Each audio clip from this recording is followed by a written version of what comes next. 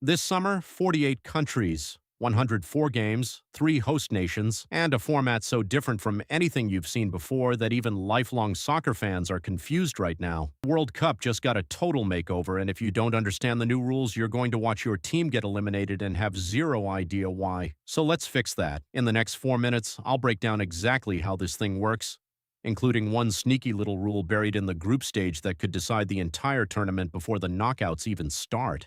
Let's start with the headline. For almost 30 years, the World Cup ran with 32 teams. That's what your dad grew up watching. That's what normal looked like. Not anymore. In 2026, FIFA blew the doors off and jumped to 48 teams. That's 50% more countries getting a shot at the trophy. In theory, that's amazing. More nations, more stories, more chances for a tiny country to shock the world. In practice, it also means more math, and math is exactly where people get lost. So stick with me. Here's how they organized 48 teams without turning the schedule into chaos. They split everyone into 12 groups of 4 teams each. Simple enough. Each team plays the other 3 teams in its group, 1 time each. That's 3 games per team. Guaranteed, no matter how badly they play. Nobody gets sent home after 1 bad match. You know, the type of team that always underperforms in game 1 and then turns it on. This format gives them a second and third chance to prove it wasn't a fluke. This sounds simple. It isn't. In the old 32-team format, only the top 2 teams from each group moved on. Clean, easy, done. In this new format, the top 2 from each group still go through automatically. That's 24 teams right there. But here's where it gets interesting. FIFA also lets in the 8 best third-place teams from across all 12 groups. Not every third-place team, just the best 8. So if you finish third in your group, you're not automatically out. You're now in a weird, tense mini-competition against every other third-place team on the planet, and you don't even control it directly. Your fate depends on how hard other groups' third-place teams play in games you're not even part of. That's a little chaotic, and honestly, it's kind of brilliant for drama. Imagine finishing your final group match, thinking you're done, and then sitting around for 2 days refreshing standings from groups you've never even watched. So how do they decide which 8 third-place teams make it? Points come first, then goal difference, then goals scored,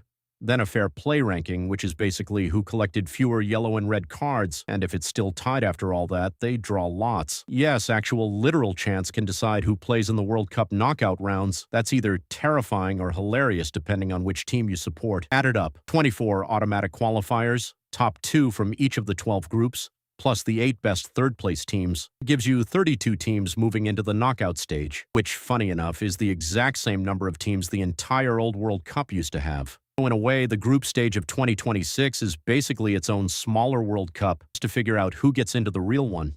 Once you hit the round of 32, everything changes completely. No more draws, no more second chances. Every single match from here on out is win or go home. Round of 32, then round of 16, then quarterfinals, semifinals, and finally the final itself. One bad night and your tournament is over, no matter how good your group stage was. This is where the format goes from let everyone have fun to only the strongest survive, almost instantly. Here's my honest take. This format rewards consistency more than the old one did. You get 3 real games to show who you are before the ruthless part even starts. But it also creates this strange tension where a team's destiny can hinge on results happening in a completely different stadium, in a different country, that they have zero control over. That's either the most exciting new wrinkle in World Cup history, or a slightly chaotic way to decide who's playing for the biggest trophy on Earth. Probably both. So here's the whole thing in one sentence. 48 teams, 12 groups, top 2 automatically through, plus the best 8 third-place teams sneaking in, all funneling into a single elimination bracket where one mistake ends your summer. That third-place loophole is the part nobody's talking about enough, and it might just be the difference between your team lifting a trophy or going home early. So here's my question for you. Do you think expanding to 48 teams makes this World Cup better, or does it just water down the competition? Drop your take in the comments. And if this actually made the new format click for you, go ahead and subscribe, because there's a lot more of this coming before the tournament wraps up.